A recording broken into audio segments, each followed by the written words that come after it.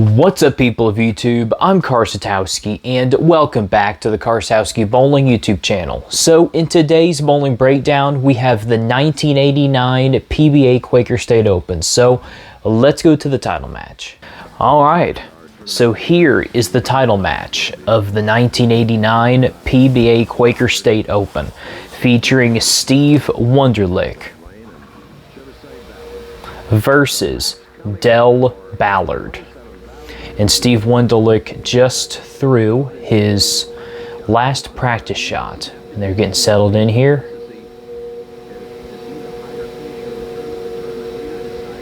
If y'all can hear that noise, I think that's a leaf blower going on outside my house. Neighbors are, they're doing some yard work. Anyway, so here's Steve Wunderlich. Just fresh off practice, starting off on the left lane. He's got a nice game. I like that follow through. Oh, look at that. Break up the 7-10 to begin the title match. Yeah, he's got some good balance. I have never seen Steve Wunderlich in particular. And this ball is a little bit right. Doesn't quite hook enough to the pocket, and that is a light mixer. The messenger gets redirected into the 10 pin. That is a great break for the first frame.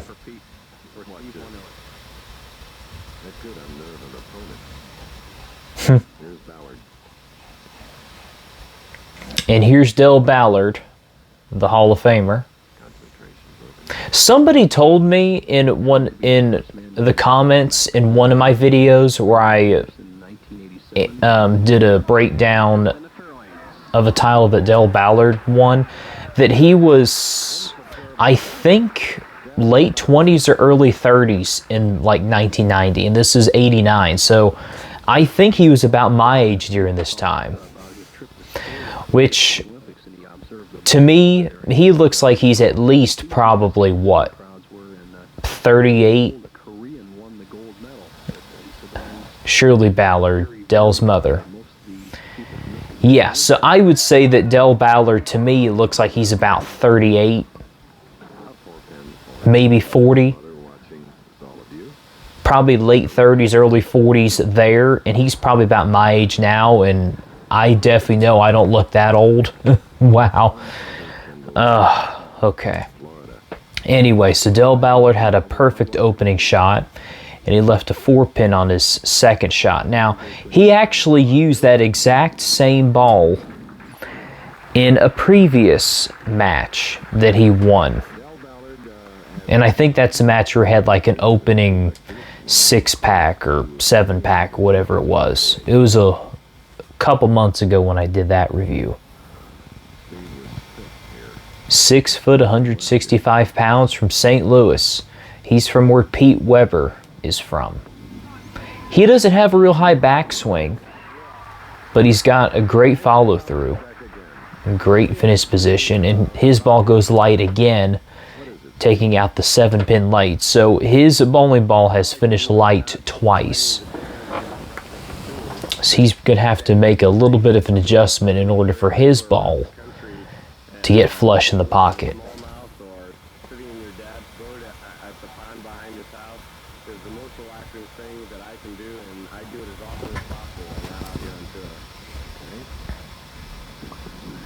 Okay, that looks good. Okay, he made the proper adjustment. It looks like to me that he may have moved in just slightly,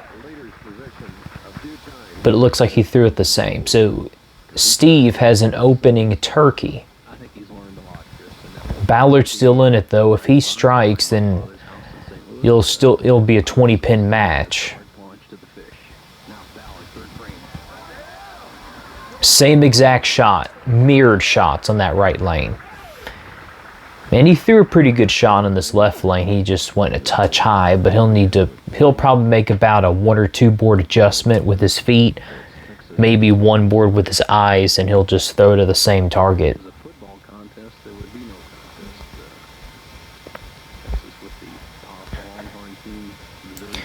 Del Ballard is one of the few bowlers that I've seen Perfect shot. Okay, Ballard's got a double.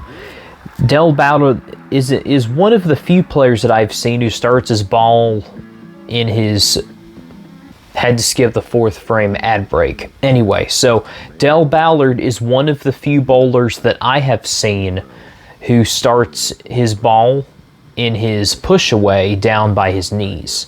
Marshall Holman is another bowler who does that, and then there's a couple other bowlers who were heavily active before the 2000s who started their bowling balls way down, low to the ground.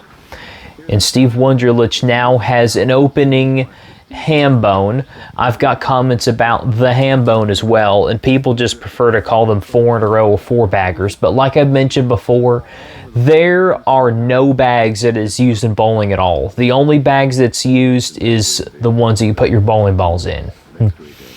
And I'll stick by the ham bone. I'm really glad that Rob Stone came up with that, because other than that, it'd just be called 4 in a row, which is not as interesting to me as a ham bone. Oh my goodness, and that almost got that good break. Well, 4 in a row start off. He just missed that ball real far left, or he probably just threw it a little bit slow. And he had a chance to actually get another lucky strike on that left lane. But his brakes might be running out early on. He's just going to have to make a better shot on that lane.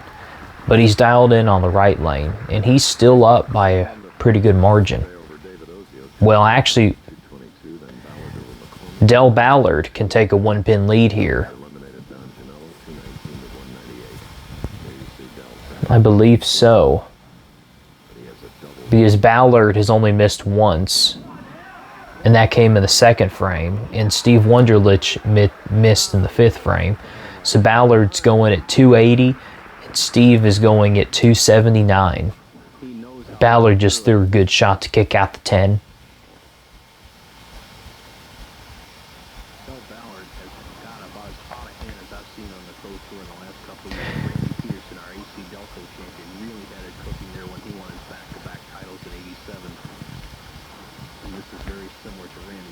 Oh, Ballard's heel is right hanging over the edge.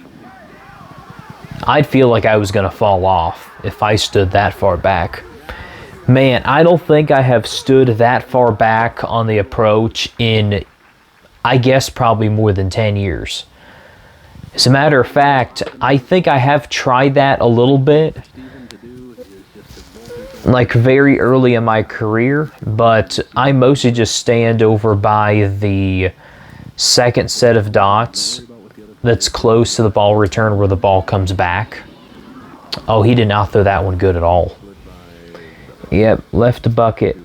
Yeah, I take very small steps. Like, I don't need a lot of steps to get me to the foul line. If I stood at the back of the approach, I'd have to take at least 8 to 10 steps to get to the foul line.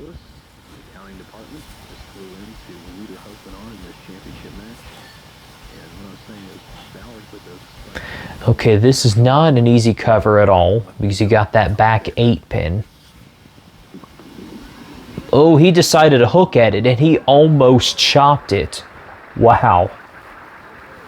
Whoo, buddy. He's been getting some pretty good breaks this match. Unfortunately, he's lost both lanes. He hasn't made a very good shot on either of those last 2 shots. So let's see what adjustment he makes on this left lane.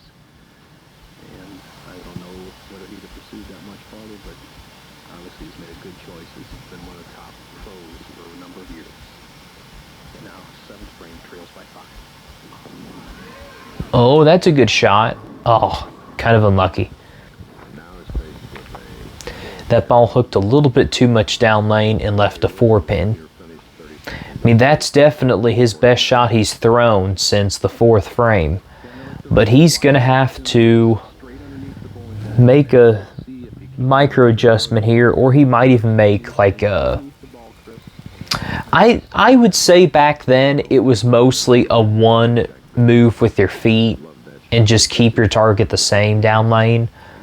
and like 2-in-1 moves and stuff like that. Not huge moves back in this time because revs weren't as high like before 2000, and this was also a little bit before reactive equipment started popping up. So the moves back at this time were fairly minimal.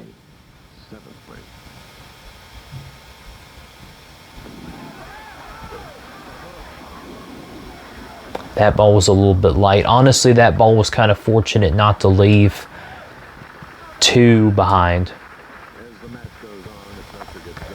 Yeah, it looks like those lanes are kind of tight. They're getting their bowling balls a little bit to the right, and it's just not hooking back.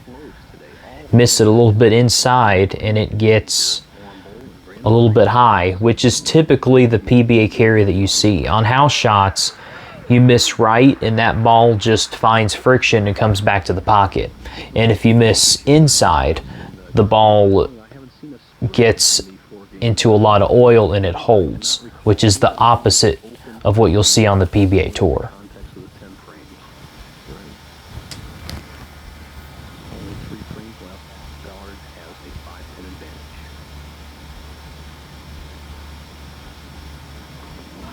It's a pretty good shot. Oh my goodness.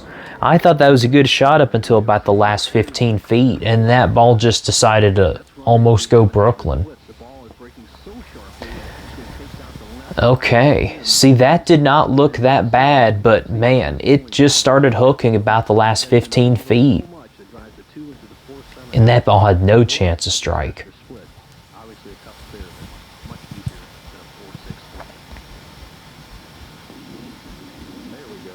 Good cover.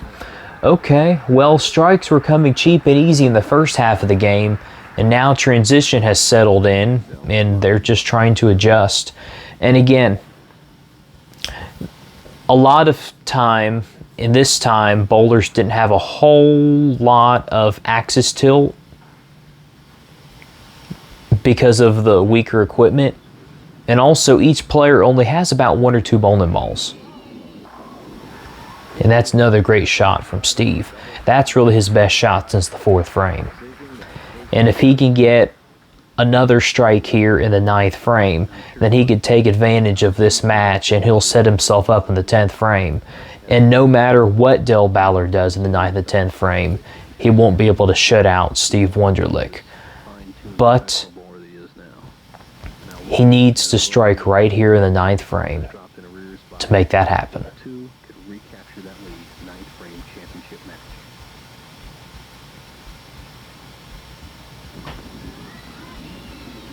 Oh my goodness. Man, that's the most that any ball has hooked so far. So that left lane is definitely hooking a lot. Ballard went through the nose, leaving the 3-6-10, and Steve Wunderlich goes Brooklyn to leave the 5-9. This is a very choppable spare.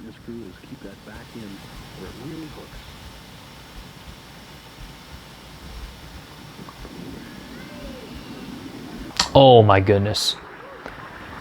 That was a close one. If that ball was any further right, then he could have gotten the 5-pin straight back, and that would have been a horrible break. All right, so Ballard now can get up in the 9th frame and give himself a chance to shut out Steve. It's a pretty good shot. Light mixer. All right, so the stage is set. So Ballard's up by 2 pins. He will need a double and 9 to shut out Steve Wunderlich.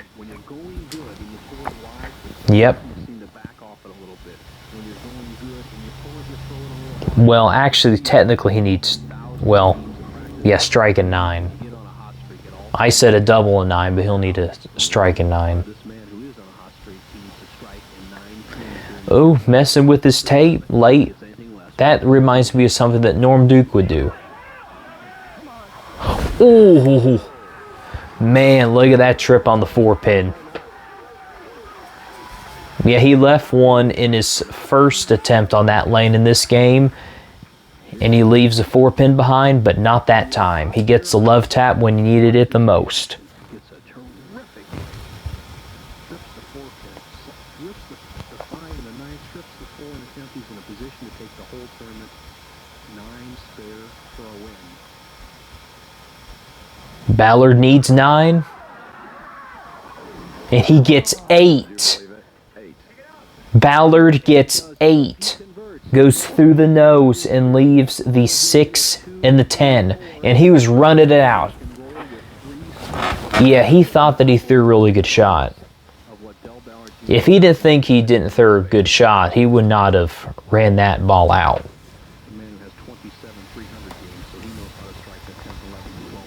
We'll pick it up.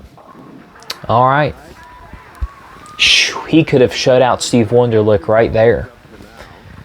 And now Steve can get 3 in the 10th to tie. And this is the situation you want to be in as a professional. A chance to step up when your opponent has given you an opportunity. Perfect. High flush, dead perfect when he needed it the most. Now, he's going to need to make a slight adjustment on that lane because that ball went very high in the pocket. It's his speed and break point that really saved that ball from going too high. Can he do it 2 more times for the tie?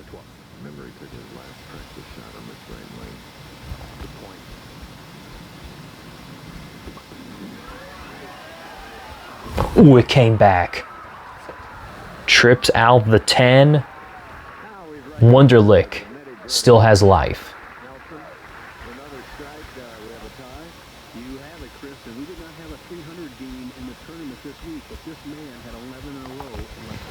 Ballard's sweating it out. That's a multi-tool back in the day. Back in the day, the bowling towel was used for many things.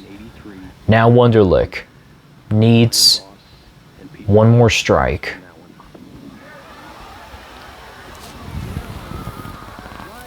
He did that earlier. He left the exact same thing earlier in the match. Wow.